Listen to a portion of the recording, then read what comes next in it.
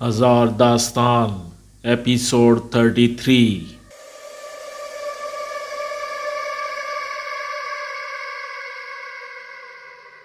پرمان کچھ دیر شبورہ کو دیکھتا رہا، جیسے اس کی تصویر اپنی آنکھوں میں نقش کر لینا چاہتا ہو یا تیو کے نقوش سے شبورہ کا تقابل کرنا چاہتا ہو۔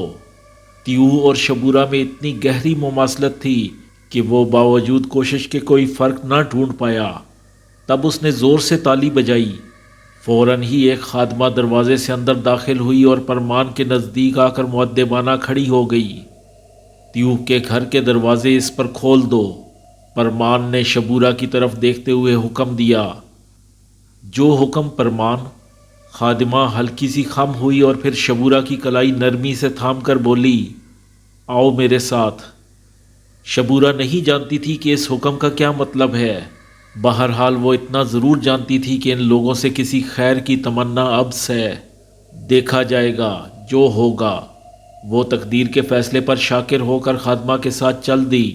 اس نے ایک نظر رنتارو پر ڈالی، وہ بھی اسی کی طرف دیکھ رہا تھا اور مسکرا رہا تھا۔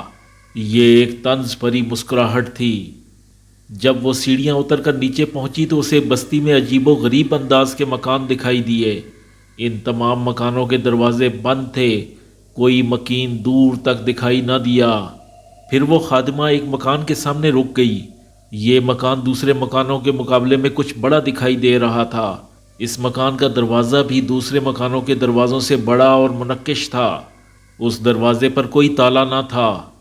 اس خادمہ نے اپنا دایاں ہاتھ دروازے پر رکھا تو وہ آہستگی سے کھلتا چلا گیا۔ جب شبورہ گھر میں داخل ہوئی تو اسے ایک تیز ہوا کا جھونکا محسوس ہوا۔ اس نے دیکھا کہ اس گھر میں 2 دروازے اور ہیں اور دونوں کھلے ہوئے ہیں۔ ان کے اندر آنے کے بعد یہ 2 دروازے خود بخود بند ہو گئے، جیسے ہوا کے تیز جھونکوں نے انہیں بند کر دیا ہو۔ بس ایک دروازہ کھلا رہ گیا اور یہ وہ دروازہ تھا جس سے وہ دونوں اندر داخل ہوئی تھیں۔ یہ ایک بڑا سا چوکور کمرہ تھا اور اس کمرے میں 3 دروازے تھے۔ کمرے میں آسائش کی ہر چیز موجود تھی۔ اسے اس گھر کو دیکھ کر حیرانی ہوئی۔ اسے توقع تھی کہ وہ کسی کال کوٹھلی میں ڈالی جا رہی ہے، لیکن یہ کال کوٹھلی نہ تھی، ایک پورا آسائش کمرہ تھا۔ اسے تو یہ کمرہ کسی ملکہ کی خوابگاہ دکھائی دے رہا تھا۔ پھر وہ خادمہ بغیر کچھ کہے کھلے دروازے سے باہر نکل گئی اور اس کے نکلتے ہی دروازہ خود بخود بند ہو گیا۔ اس کمرے میں ایک دھیمی دھیمی خوشبو بسی ہوئی تھی اور یہ خوشبو اس سے ملتی جلتی تھی جو آرزو کے کمرے میں محسوس ہوتی تھی۔ اس خوشبو سے شبورہ کا دھیان آرزو کی طرف گیا اور وہاں سے کمال رائے پر۔ شبورہ درمیان میں بچھے اس بیڈ پر بیٹھ گئی جس پر مخمل کی چادر بچھی تھی۔ یہ کمال رائے ہی تھا جس کی وجہ سے اس کا شیوم کا عمل بھنگ ہوا تھا۔ شیوم کا عمل کرتے وقت بولنا ممنوع ہوتا تھا۔ اس نے کمال رائے کو جو درخت دروازے سے نکلتا دیکھا تو اس لمحے بھول گئی کہ کہاں بیٹھی ہے، کیا کر رہی ہے۔ وہ کمال رائے کو یوں اچانک دیکھ کر بے اختیار ہو گئی اور پکار اٹھی، صاحب جی آپ۔ کاش وہ ہوش میں رہتی۔ اگر وہ ہوش میں رہتی تو یہ ضرور جان لیتی کہ یہ سب فریب ہے، دشمن کا بچھایا ہوا جال ہے۔ بولنا نہیں ہے، سب کچھ خاموشی سے دیکھنا ہے۔ لیکن تقدیر میں تو کچھ اور لکھا تھا۔ شیوم کا عمل بھنگ ہو گیا اور وہ ان خبیثوں کے جال میں پھنس گئی۔ اس کا خیال تھا کہ جانے یہ خبیث اس کا کیا حال کریں گے، لیکن ابھی تو معاملہ الٹ ہوا تھا۔ اسے سزا کی جگہ جزا دی گئی۔ اسے پرصعوبت قید کی جگہ پرآسائش رہائش دی گئی تھی۔ یوں بھی تو ہوتا ہے کہ بکرے کو قربان کرنے سے پہلے اسے خوب کھلایا پلایا جاتا ہے اور پھر اچانک اس کے گلے پر چھری رکھ دی جاتی ہے۔ ابھی وہ سوچ ہی رہی تھی کہ کیا کرے، اسی وقت 3 دروازے بھی یک وقت کھلے اور ہوا کا ایک تیز جھکڑ اندر آیا۔ ہوا اتنی تیز تھی کہ اس کے کپڑے اڑنے لگے اور زلفیں چہرے پر بکھر گئیں۔ وہ جہاں بیٹھی تھی وہاں سے 3 دروازے اس کی نظر میں تھے۔ اس کی سمجھ میں نہیں آ رہا تھا کہ یہ 3 دروازے بے یک وقت کیوں کھلے ہیں۔ ان دروازوں سے آخر کیا برآمد ہوگا؟ چند لمحوں کے بعد مغربی دروازے سے بڑے شاہانہ انداز میں چلتا پرمان داخل ہوا۔ اس کے کمرے میں آتے ہی 2 دروازے خود بخود بند ہو گئے بس ایک دروازہ کھلا رہ گیا جس سے وہ اندر داخل ہوا تھا۔ وہ پوری تمکنت سے چلتا ہوا شبورا کے نزدیک آ گیا۔ شبورا بیڈ پر جس طرح بیٹھی تھی ویسے ہی بیٹھی رہی۔ پرمان اس کے بیڈ کے نزدیک رکھی ایک اونچی اور شاندار سی کرسی پر بیٹھ گیا اور اسے مسکرا کر دیکھنے لگا۔ شبورا نے ایک نظر اسے دیکھا، اس کے سر پر بیٹھے سانپ کو دیکھا جو اس کے سر پر کچھ اس طرح لپٹا تھا کہ سر کا تاج معلوم ہوتا تھا۔ ایک نظر دیکھنے سے ہی شبورا نے اندازہ کر لیا کہ وہ ایک انتہائی زہریلا سانپ ہے۔ پھر اس نے اپنی نظریں چکا لیں۔ پرمان شبورا کو بڑی دلچسپی سے دیکھ رہا تھا۔ بار بار اس کے ہونٹوں پر مسکراہٹ بکھر جاتی تھی۔ وہ جیسے کچھ بولنا چاہ رہا تھا لیکن بول نہیں پا رہا تھا۔ اسے لفظوں کا انتخاب مشکل ہو رہا تھا۔ یہ تیوہ کا گھر ہے۔ بالآخر پرمان نے لب کھولے۔ تیوہ کا نام سن کر شبورا چونکی۔ اسے نہیں معلوم تھا کہ یہ تیوہ کون ہے، لیکن یہ نام اس نے پہلے بھی سنا تھا۔ اسے یاد آیا، پہلی بار جب آرزو نے اسے دیکھا تھا تو بے اختیار اس کے لبوں پر یہ نام آیا تھا۔ اب اس منحوس نے آتے ہی اس کا ذکر چھیڑ دیا ہے۔ آخر یہ تیوہ ہے کون بلا؟ شبورا خاموش رہی۔ جانتی ہو تیوہ کون تھی؟ پرمان نے بڑے پرشوق انداز میں اس کی طرف دیکھا۔ شبورا نے سوالیہ نظروں سے اس کی طرف دیکھا مگر بولی اب بھی کچھ نہیں۔ وہ میری زندگی تھی، پرمان نے بتایا۔ اس کے لہجے میں افسردگی تھی۔ وہ تم لوگوں کی بستی میں برہا کو تلاش کرنے گئی تھی۔ برہا میرا انتخاب تھی۔ اسے میں نے رنتارو کے لیے منتخب کیا تھا۔ رنتارو باغی ہونے لگا تو میں نے اسے احتیاطی طور پر تمہاری بستی میں بھجوا دیا۔ وہاں سے تمہارے لوگوں نے اسے غائب کر دیا، اور جب تیوہ اسے تلاش کرنے نکلی تو تم لوگوں نے اسے مار ڈالا۔ اس کے ساتھ میرا ایک وفادار خادم ہورا بھی چل بسا۔ تم لوگوں نے ہمیں خاصا نقصان پہنچایا۔ پھر رنتارو بڑا ہوا تو وہ برہا کی تلاش میں نکل گیا۔ اس نے میری نافرمانی کی۔ میں اسے تمہاری بستی میں جانے کی اجازت ہرگز نہ دیتا۔ وہ چلا گیا۔ اس نے اپنی زندگی خطرے میں ڈالی، مگر اس نے برہا کو تلاش کر لیا۔ یہ محض اتفاق ہے کہ اسے وہاں برہا مل گئی، ورنہ اس کی جان کو زیادہ خطرہ تھا۔ وہ وہاں سے صحیح سلامت واپس آ گیا، یہ اس کا کارنامہ ہے، اور ساتھ وہ تمہیں بھی لے آیا، یہ اس سے بھی بڑا کارنامہ ہے۔ میں نے تمہاری آمد کے صلے میں رنتارو کو معاف کر دیا۔ تمہارے صدقے اس کی جان بخشی گئی۔ تم اندازہ کر سکتی ہو کہ تم میرے لیے کیا ہو۔ میں تمہارے لیے کیا ہوں؟ شبورا نے بڑی بے نیازی سے پوچھا۔ تم میری زندگی ہو، پرمان نے بڑے والہانہ انداز میں کہا۔ تم بھی عجیب ہو، کبھی کہتے ہو تیوہ تمہاری زندگی تھی، کبھی کہتے ہو میں تمہاری زندگی ہوں۔ تم اپنی زندگیاں پاؤں کی جوتی کی طرح کیوں بدلتے ہو؟ شبورا کی بات سن کر پرمان نے زوردار قہقہا لگایا۔ وہ بھی بالکل اسی طرح بات کرتی تھی، کٹیلی اور تیز۔ کون؟ شبورا نے پوچھا۔ تیوہ، اور کون؟ پرمان نے ہنس کر کہا۔ آخر تم تیوہ کا میرے سامنے بار بار ذکر کیوں کر رہے ہو؟ شبورا خفگی سے بولی۔ اس لیے کہ تم تیوہ ہو۔ تمہاری آنکھیں خراب ہو گئی ہیں، مجھے غور سے دیکھو۔ میں تیوہ نہیں شبورا ہوں۔ میں تمہاری زندگی نہیں، تمہاری موت ہوں۔ میں تمہارے لیے مرنے کے لیے تیار ہوں۔ پرمان یہ کہہ کر ہنسا۔ تم یہ بات غیر سنجیدگی سے کہہ رہے ہو، مذاق سمجھ رہے ہو، اس لیے کہ تم میری اصلیت نہیں جانتے۔ میں واقعی تمہاری موت ہوں۔ شبورا نے اس کی آنکھوں میں دیکھا۔ وہ کیسے؟ پرمان نے لاپرواہی سے پوچھا۔ تم سانپ اور میں سپیرن، شبورا نے فیصلہ کن انداز میں جواب دیا۔ تم نے غلط کہا۔ سپیرا سانپ کو مارتا نہیں، اسے قید کر لیتا ہے۔ وہ اسے سدا اپنے ساتھ رکھتا ہے، اپنے پاس رکھتا ہے، لیکن یہاں معاملہ الٹا ہو گیا ہے۔ یہاں سپیرا سانپ کی قید میں رہے گا۔ یہ قید محبت بھری ہوگی، تمہیں کوئی تکلیف نہ ہوگی، تم یہاں رانیوں کی طرح رہو گی، اس بستی کے حکمران پر راج کرو گی۔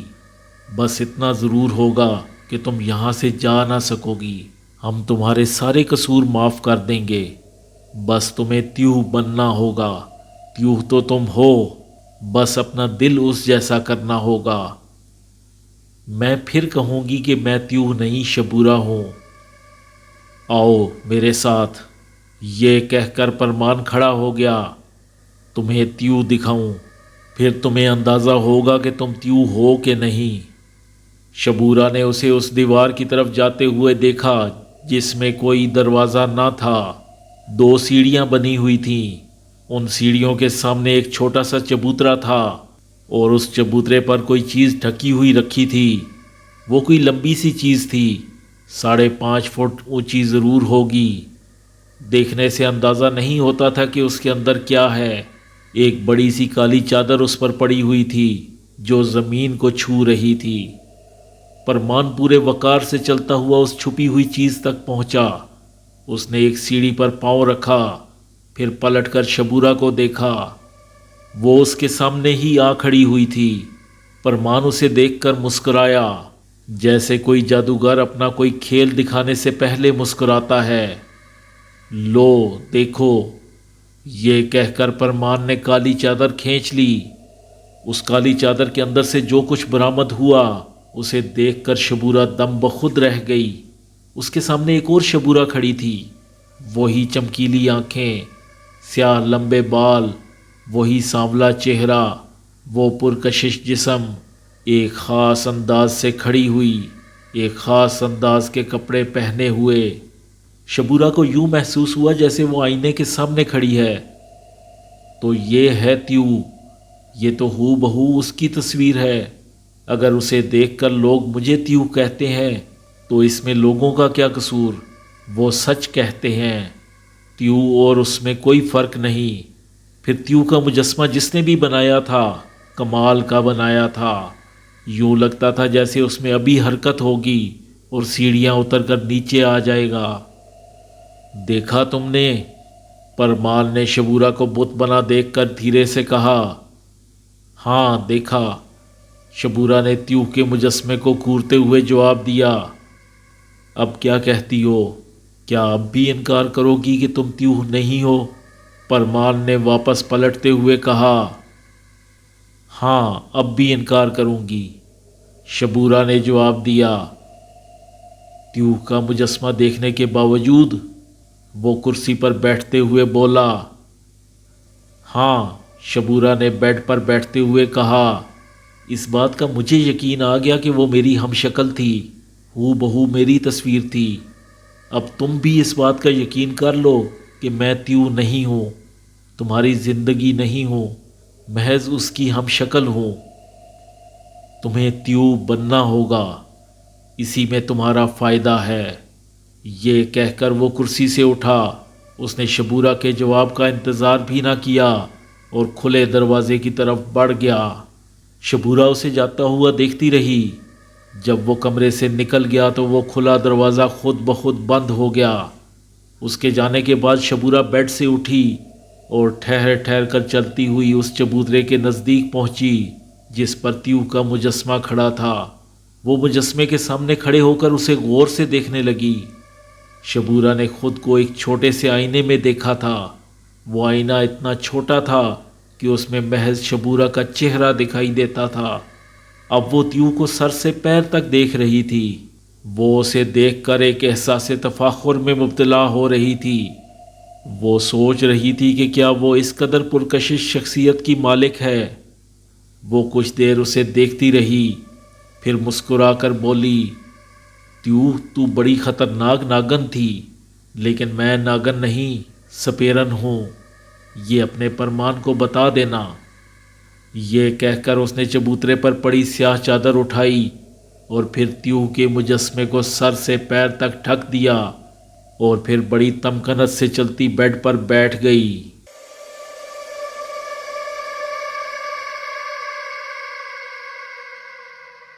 زخم اتنے بڑھ گئے تھے کہ آرزو کو اٹھنے بیٹھنے چلنے پھرنے میں خاصی دقت ہو رہی تھی۔ اب اس کے علاوہ کوئی چارہ نہ تھا کہ آرزو کو بلی والے بابا کی ہدایت کے مطابق جزیرے لے جایا جائے۔ کمال رائے اس جزیرے سے واقف نہ تھا، اور بابا نے جو بات کی تھی وہ مختصر کی تھی اور وہیں کی صورتحال کے متعلق تھی۔ کمال رائے نے اپنے دوستوں اور جانے والوں سے اس کا ذکر کیا، ماموں رشید کو بھی بتایا، سب معلومات اکٹھا کرنے میں لگ گئے۔ تب ماموں رشید کے ایک بہت اچھے دوست ڈاکٹر عرفان کے بارے میں معلوم ہوا کہ وہ کئی مرتبہ سید بابا کے اس جزیرے پر جا چکے ہیں۔ ڈاکٹر عرفان کو شکار کا بہت شوق تھا، وہ مچھلیوں کے شکار پر اکثر جاتے رہتے تھے، اس لیے انہیں اس جزیرے کے بارے میں بھرپور معلومات تھیں۔ جب ڈاکٹر عرفان کو ساری صورتحال کا پتہ چلا تو انہوں نے ان کے ساتھ جانے کی خود بخود حامی بھر لی۔ ایک تو تجسس، دوسرے وہ ان کے دوست کے بھانجے کی ہونے والی بیوی تھی۔ جب انسان کسی کام کو کرنے کے لیے نکلتا ہے تو اللہ بھی راہ دکھاتا ہے۔ ڈاکٹر عرفان کا ملنا اس سلسلے کی ایک کڑی تھا۔ ڈاکٹر عرفان ایک ہومیوپیتھ ڈاکٹر تھا اور ایک خوش مزاج انسان تھا۔ کمال رائے اس سے مل کر خوش ہوا۔ ڈاکٹر عرفان نے پوری طرح اسے اطمینان دلا دیا کہ جزیرے میں پہنچنے تک کسی قسم کی کوئی پریشانی نہیں ہوگی، اور ہوا بھی یہی۔ یہ لوگ ایک کوسٹر کے ذریعے ساحل سمندر کے کنارے آباد مچھیروں کی بستی پہنچے۔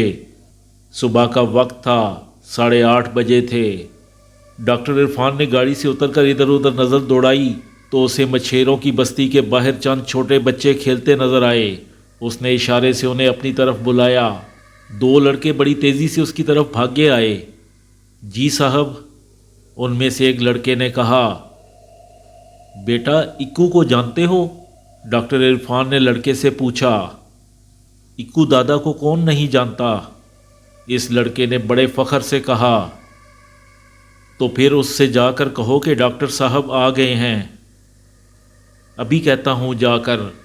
وہ دونوں لڑکے تیزی سے چوپڑیوں کی طرف دوڑ گئے۔ آرزو کوسٹر کی پچھلی سیٹ پر لیٹی ہوئی تھی۔ رامش خیال اس کے سامنے کی سیٹ پر بیٹھا تھا، جبکہ ماموں رشید اور کمال رائے ڈاکٹر عرفان کے ساتھ گاڑی سے باہر کھڑے تھے۔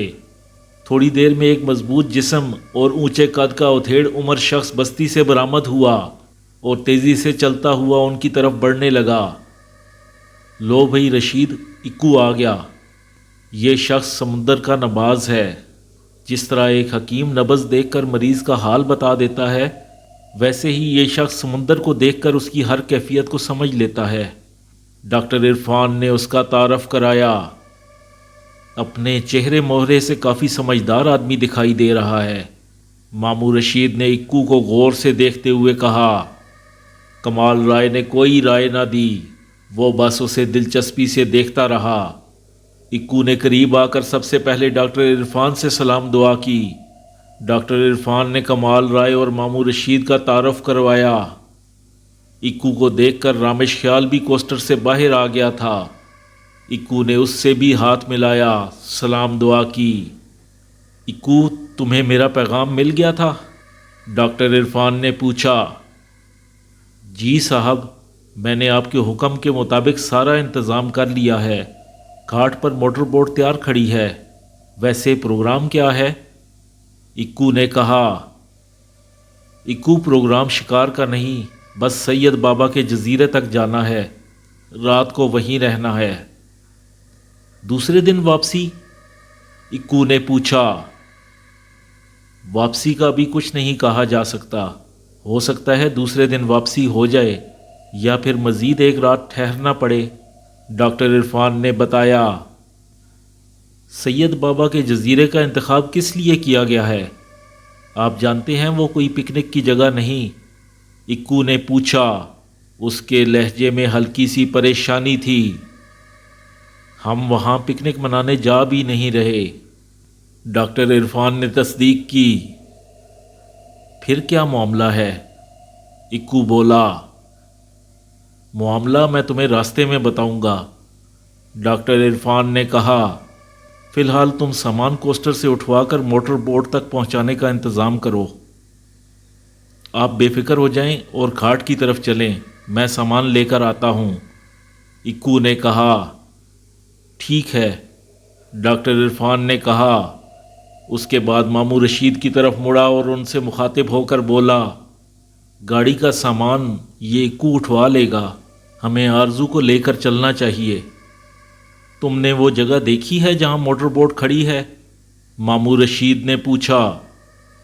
ہاں دیکھی ہے، یہاں سے زیادہ دور نہیں، ڈاکٹر عرفان نے جواب دیا۔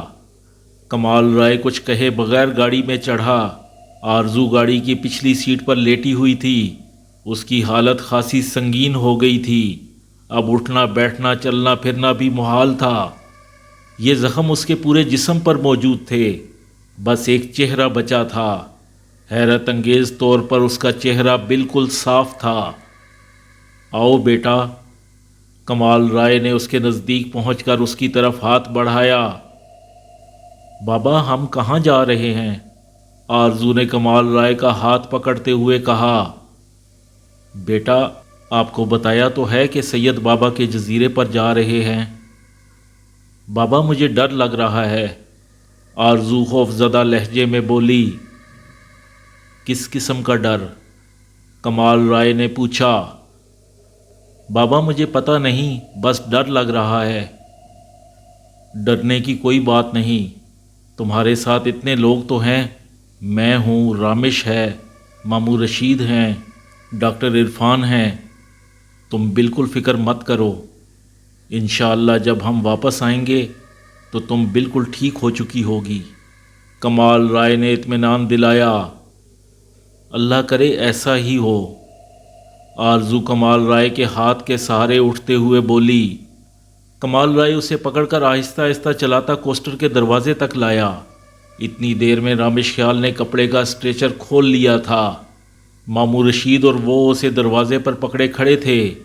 کمال رائے نے ماموں رشید سے اسٹریچر لینے کی کوشش کی۔ مجھے دے دیں، وہ بولا۔ نہیں کوئی بات نہیں، ماموں رشید نے مسکرا کر کہا۔ آرزو اسٹریچر پر آنکھیں کھولے لیٹی تھی۔ ماموں رشید نے اس کے پیروں کی طرف سے اسٹریچر کے ڈنڈے پکڑے ہوئے تھے، جبکہ رامش خیال نے اسے سر کی طرف سے پکڑا ہوا تھا۔ آسمان صاف تھا، ایک چیل بہت اونچائی سے اڑتی دکھائی دے رہی تھی۔ سورج نکلا ہوا تھا، دھوپ تیز ہوتی جا رہی تھی، سمندر کی جانب سے ٹھنڈی ہوا آ رہی تھی۔ آرزو کو اس طرح اسٹریچر پر لیٹے بڑی شرمندگی ہو رہی تھی، پر وہ کیا کرتی، مجبور تھی، اس سے اتنی دور پیدل نہیں چلا جا سکتا تھا۔ زخم اس کے پاؤں کے تلووں میں بھی موجود تھے۔ وہ گردن اٹھا کر رامش خیال کی طرف دیکھ لیتی تھی۔ جب وہ اس کی طرف دیکھتی تو رامش خیال فوراً مسکرا پڑتا۔ یہ مسکراہٹ اس کا حوصلہ بڑھانے کے لیے ہوتی۔ سمندر کا کنارہ آ گیا۔ آرزو کا اسٹریچر بڑی احتیاط سے موٹر بوٹ تک پہنچایا گیا اور پھر اسے ایک اچھی جگہ پر گدے پر لٹا دیا گیا۔ اکو نے اپنے آدمیوں کے ذریعے سارا سامان موٹر بوٹ میں رکھوایا اور پھر موٹر بوٹ کو سٹارٹ کرنے کا اشارہ کیا۔ اشارہ ملتے ہی موٹر بوٹ پانی کی سڑک پر رواں دواں ہو گئی۔ ابھی موٹر بوٹ کو چلتے ہوئے آدھا گھنٹہ بھی نہ ہوا تھا کہ رامش خیال کی طبیعت خراب ہونے لگی۔ وہ بار بار اپنا سینہ ملنے لگا۔ کمال رائے نے اس کے چہرے پر پریشانی دیکھ کر پوچھا، کیا ہوا؟ جی مالش کر رہا ہے، رامش خیال نے بتایا۔ پریشانی کی کوئی بات نہیں، سمندر کے سفر میں ایسا ہو جاتا ہے، سمندری ہوا بندے کو پریشان کر دیتی ہے، اس مقصد کے لیے ہمارے پاس لیمو موجود ہیں، ڈاکٹر عرفان نے ہنس کر کہا۔ پھر وہ اکو سے مخاطب ہوا، اکو بھائی ذرا لیمو دینا۔ اکو نے فوراً ایک لیمو کاٹ کر رامش خیال کے حوالے کر دیا۔ رامش خیال نے اسے ہلکا سا دبا کر 2-3 قطرے اپنی زبان پر ٹپکائے۔ لیمو چوسنے کی وجہ سے کچھ دیر تو اس کی حالت سنبھلی رہی، لیکن لیمو ختم ہوتے ہی پھر اس کی طبیعت خراب ہونے لگی۔ موٹر بوٹ گہرے سمندر میں تھی اور سمندر کی لہروں کے ساتھ اوپر نیچے ہو رہی تھی۔ اب ابکائی کے ساتھ اسے شدید چکر آنے لگے۔ اس سے بیٹھنا دوبھر ہو گیا تو وہ گدے پر لیٹ گیا۔ ڈاکٹر عرفان سفر میں اپنے ساتھ چند ضروری دوائیں رکھا کرتا تھا۔ اس نے ایک دوا نکال کر چند قطرے اس کی زبان پر ٹپکائے اور بولا، بس تھوڑی دیر میں تمہاری حالت سنبھل جائے گی۔ رامش خیال نے جواب میں کچھ نہ کہا، اس نے آنکھیں بند کر لیں۔ پھر ڈاکٹر آرزو کے قریب آیا اور اس سے مخاطب ہوا۔ ہاں بی بی، آپ کا کیا حال ہے؟ آپ کی طبیعت تو ٹھیک ہے؟ ابکائی وغیرہ تو نہیں محسوس ہو رہی؟ نہیں انکل، میں ٹھیک ہوں۔ آرزو نے مسکرانے کی کوشش کی۔ چلو ٹھیک ہے، کوئی گڑبڑ محسوس کرو تو فوراً بتا دینا، سمندر کی بو سے اکثر طبیعت خراب ہونے لگتی ہے۔ ڈاکٹر عرفان کی دوا سے رامش خیال کی طبیعت خاصی بہتر ہو گئی۔ وہ اٹھ کر بیٹھ گیا اور پھر موٹر بوٹ سے سمندر کا نظارہ کرنے لگا۔ اکو ڈاکٹر عرفان کے برابر بیٹھا تھا۔ ڈاکٹر عرفان نے مختصراً ساری صورتحال سے آگاہ کر دیا۔ گفتگو کے دوران کئی مرتبہ اکو نے آرزو کی طرف دیکھا، جو ایک گدے پر لیٹی اپنی سوچوں میں گم تھی۔ اکو نے ساری بات سمجھ لینے کے بعد ڈاکٹر عرفان کو تسلی دی۔ وہ بولا، آپ بے فکر ہو جائیں، میں وہاں کے حالات سنبھال لوں گا۔ میں خود بھی بہت سی باتوں سے واقف ہوں۔ پھر وہاں اللہ بخش موجود ہے، وہ ہماری مدد کرے گا۔ اس کے ہوتے ہوئے ہمیں کوئی پریشانی نہیں ہوگی۔ سفر تیزی سے جاری تھا۔ موسم بالکل صاف تھا۔ سمندر میں کسی قسم کی کوئی ہلچل نہ تھی۔ موٹر بوٹ معمول کے مطابق رواں دواں تھی۔ ہاں بھائی، کچھ سناؤ، ڈاکٹر عرفان نے اس سے گانے کی فرمائش کی۔ اس کی آواز بہت اچھی تھی۔ اکو نے بغیر کوئی تکلف دکھائے ایک گیت چھیڑ دیا۔ اس کی آواز بڑی جاندار اور بڑی پاٹدار تھی۔ وہ اونچی تانے لے رہا تھا اور سب اس کے گیت کے بول نہ سمجھنے کے باوجود اس کی لے سے محظوظ ہو رہے تھے۔ خاص طور پر آرزو کو بڑا مزہ آ رہا تھا۔ وہ تکیوں کا سہارا لے کر تھوڑی سی اونچی ہو کر بیٹھ گئی اور اکو کو بڑی دلچسپی سے گاتے ہوئے دیکھ رہی تھی۔ اکو ایک ہاتھ کان پر رکھے، آنکھیں بند کیے، بڑی محبیت سے گانے میں مصروف تھا۔ اس کی آواز نے ایک سماں باندھ دیا تھا۔ پھر اچانک ہی اکو نے گانا بند کر دیا اور دور سمندر میں دیکھنے لگا۔ اس کی ناک کے نتنے بڑی تیزی سے پھول پچک رہے تھے۔ شاید وہ فضا میں کوئی چیز سونگھنے کی کوشش کر رہا تھا۔ اتنی دیر میں اسے چند چیل کوے تھوڑے فاصلے پر اڑتے نظر آئے۔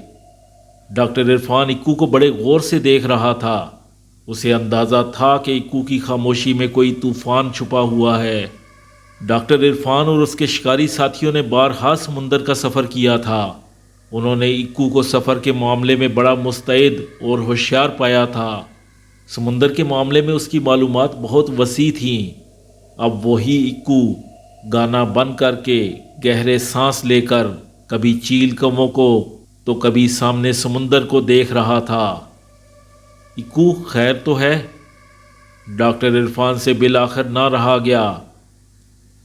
ڈاکٹر صاحب، کچھ سمجھ میں نہیں آ رہا، مجھے کچھ بتاؤ تو آخر معاملہ کیا ہے؟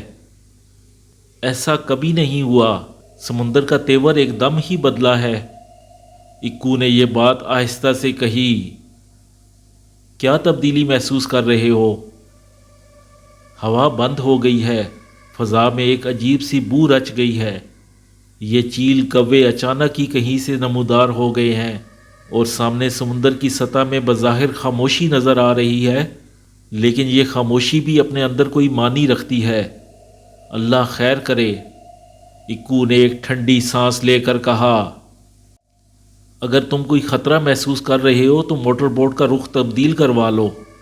ڈاکٹر عرفان نے دانشمندانہ مشورہ دیا۔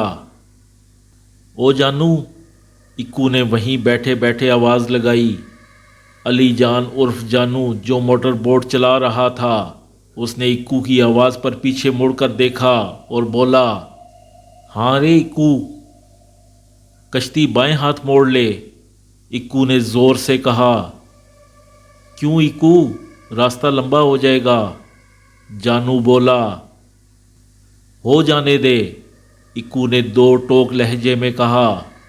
تب علی جان ملاح نے موٹر بوٹ کا رخ اکو کے حکم کے مطابق بائیں جانب موڑ لیا، لیکن اب دیر ہو چکی تھی۔ سمندر کے تیور کچھ اس تیزی سے بگڑے کہ اکو ہکا بکا رہ گیا۔ اکو کی پوری زندگی سمندر کی لہروں سے کھیلتے ہوئے ہی گزری تھی۔ لیکن آج اس کی زندگی کا تجربہ اسے مات دے گیا تھا۔ جو کچھ ہوا تھا اور جس قدر تیزی سے ہوا تھا اس پر موٹر بوٹ پر موجود ہر شخص حیرت زدہ تھا۔ ایک دم ہی ایک موٹی بلا نے موٹر بوٹ کو اپنی لپیٹ میں لے لیا تھا۔ تیز ہوا کے چکر کے ساتھ ایک طاقتور لہر اندر ہی اندر آئی تھی اور اس نے موٹر بوٹ کو ایک دم ہی اوپر اچھال دیا تھا۔ آرزو کی چیخیں نکل گئی تھیں۔ بابا یہ کیا ہو رہا ہے؟ رامیش خیال نے مضبوطی سے موٹر بوٹ کا تختہ پکڑ لیا تھا۔ اکو، ڈاکٹر عرفان اور مامو رشید لڑک کر موٹر بوٹ کے فرش پر آ گئے تھے۔ کمال رائے بھی اوپر بیٹھا نہ رہ سکا۔ ہر شخص اپنی جگہ سے ہٹ گیا تھا۔ کمال رائے کھسک کر آرزو کے قریب ہو گیا۔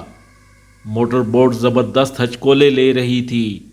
کمال رائے نے آرزو کے ہاتھ پکڑ لیے تھے لیکن وہ ہاتھ چھڑا کر اس سے بری طرح لپٹ گئی تھی۔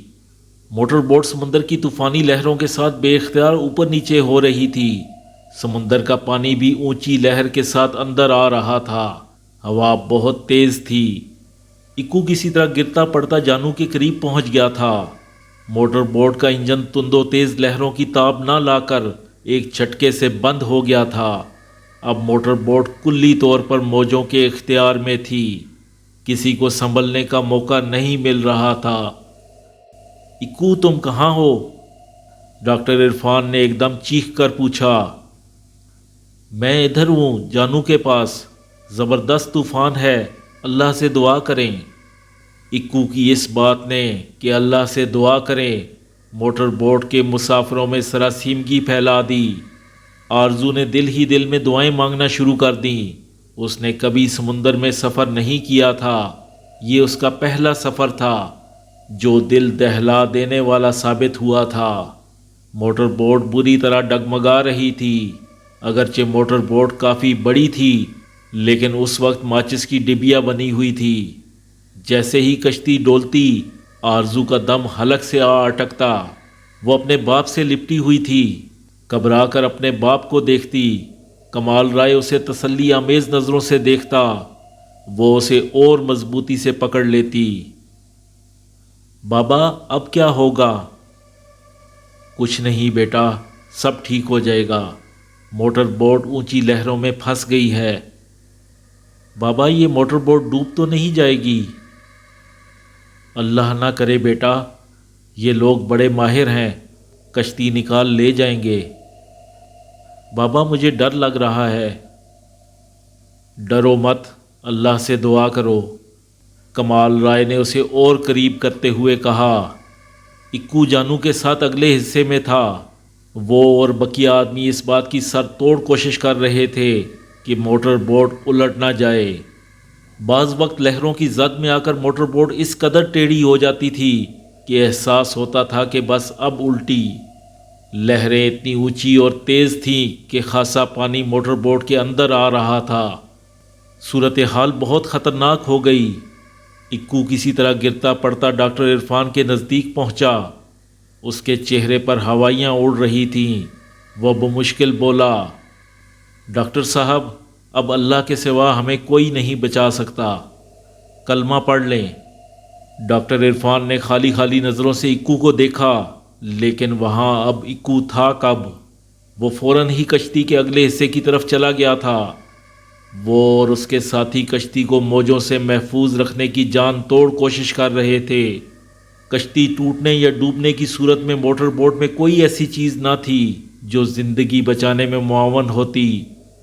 کشتی میں 2-4 ٹائر ضرور پڑے ہوئے تھے لیکن یہ ٹائر زندگی بچانے میں معاون نہیں ہو سکتے تھے کیونکہ لہریں اتنی تند و تیز تھیں کہ ٹائروں پر گرفت برقرار رکھنا آسان نہ تھا۔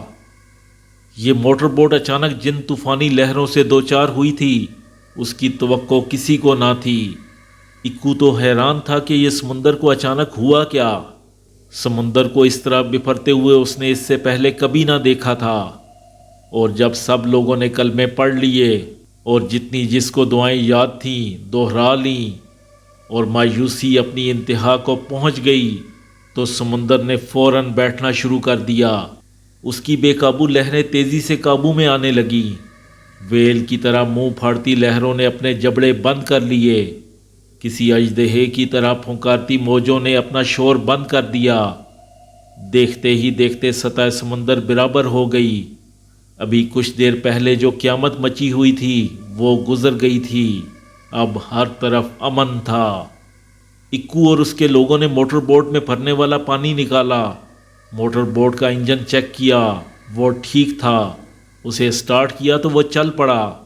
اب موٹر بوٹ پھر اپنی منزل کی طرف گامزن تھی اور اکو مسکراتا ہوا ڈاکٹر عرفان کے پاس آ بیٹھا تھا۔ ہاں بھائی اکو، ڈاکٹر عرفان بولے۔ جی ڈاکٹر، اکو نے اسے پوچھا۔ تم اتنے تجربہ کار آدمی ہو، کیا تمہیں اس طوفان کا اندازہ نہ تھا؟ ڈاکٹر صاحب، آپ کس طوفان کی بات کر رہے ہیں؟ کہاں ہے طوفان؟ ابھی جو ہم پر قیامت گزری ہے، تم نے کلمہ بھی پڑھوا دیا تھا، اس قدر مایوس ہو گئے تھے؟ اکو یہ سن کر ہنسا اور بولا، ڈاکٹر صاحب کلمہ پڑھنا تو اچھی بات ہے، آدمی کو ہر وقت پڑھتے رہنا چاہیے۔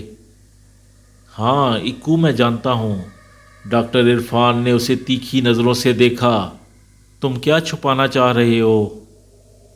ڈاکٹر صاحب، میں کیا چھپاؤں گا؟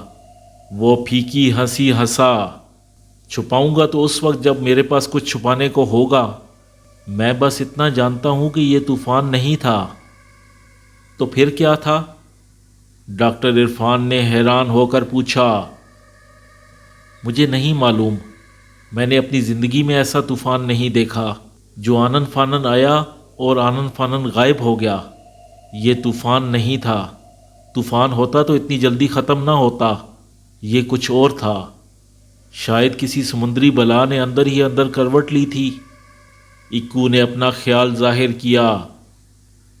یہ کیا بے وقوفوں کی طرح باتیں کر رہے ہو؟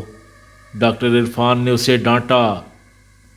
بس ڈاکٹر صاحب، میں اتنا ہی کہہ سکتا ہوں، میں اتنا ہی سمجھا ہوں، اکو نے گہرا سانس لے کر کہا اور پھر خاموش ہو گیا۔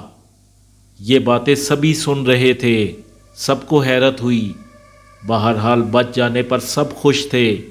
کمال رائے نے تھوڑی دیر کے بعد کہا، اکو، اگر چاہو تو واپس چلو۔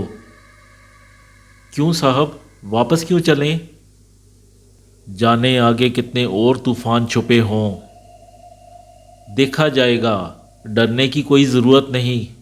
جس اللہ نے ہمیں ابھی بچایا ہے، آگے بھی وہی بچائے گا۔ اب وہ جزیرہ زیادہ دور نہیں ہے، آپ اطمینان رکھیں، کچھ نہیں ہوگا، اکو نے مطمئن لہجے میں کہا۔ اکو کے لہجے میں جانے کیا بات تھی کہ سب کے دلوں پر سکون اتر آیا۔ موٹر بوٹ اب اپنی پوری روانی سے سمندر کا سینہ چیرتی ہوئی بڑھی جا رہی تھی۔ 2-2.5 گھنٹے کے سفر کے بعد بالآخر وہ سید بابا کے جزیرے پر پہنچ گئے۔ موٹر بوٹ سے سارا سامان اتار لیا گیا، اگرچہ خاصا سامان بھیگ گیا تھا، لیکن فکر کی کوئی بات نہ تھی۔ دھوپ اور ہوا دونوں تیز تھیں، سامان سوکھنے میں زیادہ دیر نہ لگتی۔ موٹر بوٹ کو ایک محفوظ مقام پر کھڑا کر کے اسے باندھ دیا گیا۔ یہ جزیرہ خاصی اونچائی پر تھا، اس کے تینوں اطراف میں پانی تھا اور ایک طرف خشکی تھی۔ یہ ایک ویران جزیرہ تھا، اوپر جانے کے لیے سیڑھیاں بنی ہوئی تھیں جو ریت میں چھپی ہوئی تھیں۔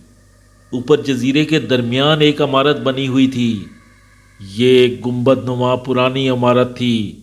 اس عمارت کے چاروں اطراف میں ریت ہی ریت تھی۔ اس گنبد نما عمارت میں ایک قبر تھی، یہ ایک معمولی سی لمبی قبر تھی، 15-16 فٹ رہی ہوگی۔ یہ سید بابا کا مزار تھا۔ سید بابا کون تھے، کہاں سے آئے، کب انتقال ہوا، کسی کو کچھ معلوم نہ تھا۔ اس جزیرے پر کسی نے ان کا مقبرہ بنوایا۔ اس سلسلے میں مختلف روایات تھیں، صحیح بات کوئی نہیں جانتا تھا۔ اس جزیرے پر کسی کی رہائش نہ تھی، البتہ جزیرے سے ہٹ کر، بلکہ یوں کہنا چاہیے کہ مقبرے کے نیچے تھوڑے سے فاصلے پر چند جھونپڑیاں تھیں، بس یہاں کی آبادی یہی تھی۔ یہ لوگ یہاں صدیوں سے رہتے چلے آ رہے تھے، دادا پردادا، اب انہی کی نسل چلی آ رہی تھی۔ آج کل اس بستی کا سربراہ اللہ بخش تھا۔ اللہ بخش کو فوراً ہی معلوم ہو گیا کہ سید بابا کے مزار پر کوئی پارٹی آئی ہے۔ وہ یہ دیکھنے کے لیے کہ کون لوگ ہیں اور کس غرض سے آئے ہیں، فوراً کنارے کی طرف چل پڑا۔ ادھر کنارے پر اترتے ہی اکو نے ڈاکٹر عرفان سے کہا، میں اللہ بخش کو پکڑ کر لاتا ہوں۔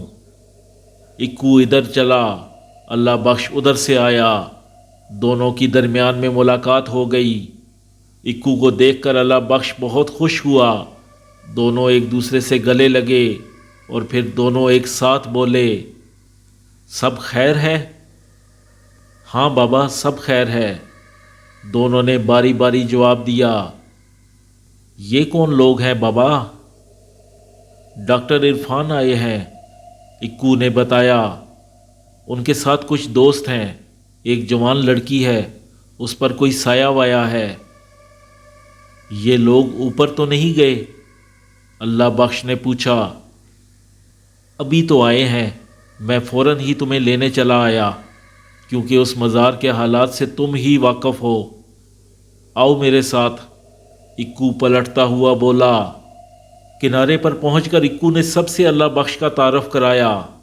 ڈاکٹر عرفان اس سے واقف تھا، وہ 2-3 بار یہاں آ چکا تھا۔ کمال رائے نے اللہ بخش کو بڑے غور سے دیکھا، وہ ایک مضبوط جسم کا سیدھا سادہ شخص تھا۔ خیمے نصب کر دیے گئے، فولڈنگ بیڈ پر آرزو کو لٹا دیا گیا۔ دوپہر کا کھانا ان لوگوں کے ساتھ تھا، جو بڑی حد تک محفوظ تھا۔ کھانا گرم کرنے کا انتظام کیا گیا۔ اکو اپنے لوگوں کو لے کر اللہ بخش کے ساتھ چلا گیا۔ ان لوگوں نے اللہ بخش کے ساتھ کھانا کھایا۔ کھانے وغیرہ سے فارغ ہوئے تو اکو نے کہا، ڈاکٹر صاحب میں چلتا ہوں، کل صبح آ جاؤں گا، مچھلیاں بھی پکڑ لاؤں گا۔ یہاں اللہ بخش موجود ہے، وہ ہر طرح سے آپ لوگوں کا خیال رکھے گا۔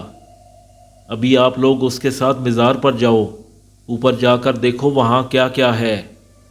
ٹھیک ہے اکو۔ ڈاکٹر عرفان نے اسے جانے کی اجازت دے دی۔ اکو کے جانے کے بعد یہ لوگ اللہ بخش کے ساتھ اوپر مزار پر آئے۔ رامش خیال آرزو کے پاس رہ گیا۔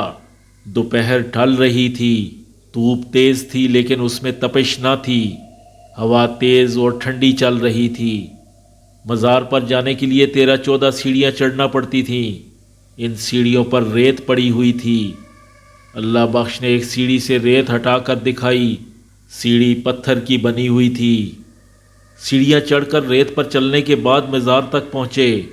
مزار پر جانے کے لیے بھی 5 سیڑھیاں چڑھنا پڑی۔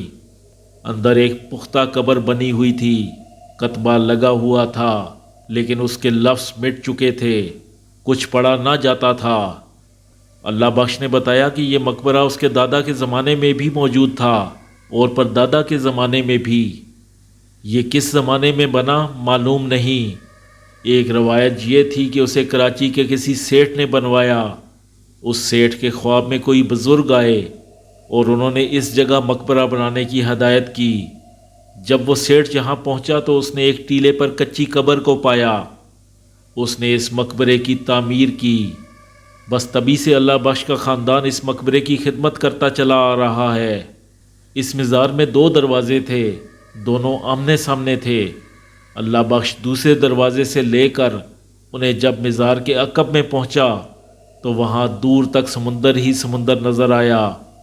سمندر کی لہریں ٹیلے کی چھوٹی چھوٹی چٹانوں سے ٹکرا رہی تھیں۔ کبھی سمندر اوپر تک نہیں آیا؟ کمال رائے نے پوچھا۔ نہیں صاحب جی، جب سمندر چڑھاؤ پر ہوتا ہے تو نیچے کی 2-4 سیڑھیاں ضرور ڈوب جاتی ہیں، اس سے اونچا پانی کبھی نہیں ہوا، اللہ بخش نے جواب دیا۔ حیرت ہے، مامو رشید نے کہا۔ ہاں ابھی میں آپ کو کچھ اور دکھاتا ہوں، ذرا آگے آ کر نیچے دیکھیے۔ اللہ بخش نے دروازے سے آگے نکل کر چبوترے کے آخری سرے پر پہنچ کر کہا۔ جب یہ لوگ وہاں پہنچے جہاں اللہ بخش کھڑا تھا اور انہوں نے نیچے جھانکا تو وہ حیران رہ گئے۔ نیچے 2 گڑھے بنے ہوئے تھے، ان گڑھوں میں بچھو بھرے ہوئے تھے۔ اتنے بچھو تھے کہ انہیں چلنے پھرنے میں دقت ہو رہی تھی، وہ ایک دوسرے کے اوپر لدے ہوئے تھے۔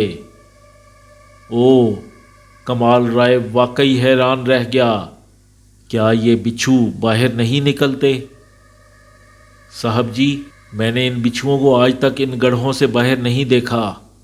یہی بات میرا باپ کہتا تھا، اور یہی بات میرے باپ کو میرے دادا نے بتائی۔ اللہ بخش بولا، اب آپ ذرا ادھر آئیں۔ وہ مزار کے ساتھ گھومتا ہوا بولا، آپ لوگوں نے کبھی شیر اور بکری کو ایک کھاٹ پر پانی پیتے ہوئے نہیں دیکھا ہوگا، اس لیے کہ ایسا ممکن نہیں ہے، لیکن یہاں دو جاندار ایک ساتھ رہتے ہیں، ایسے جاندار جن کی ازل سے دشمنی ہے۔ میں سانپ اور نیولے کی بات کر رہا ہوں۔ ہاں، یہ بات تو سچ ہے، نیولا تو سانپ کو دیکھتے ہی اس پر حملہ کر دیتا ہے۔ کمال رائے نے کہا، اب آپ ذرا نیچے دیکھیے۔ اللہ بخش نے ایک جگہ رک کر اشارہ کیا۔ کمال رائے نے اس گڑھے میں جو دیکھا وہ ناقابل یقین تھا۔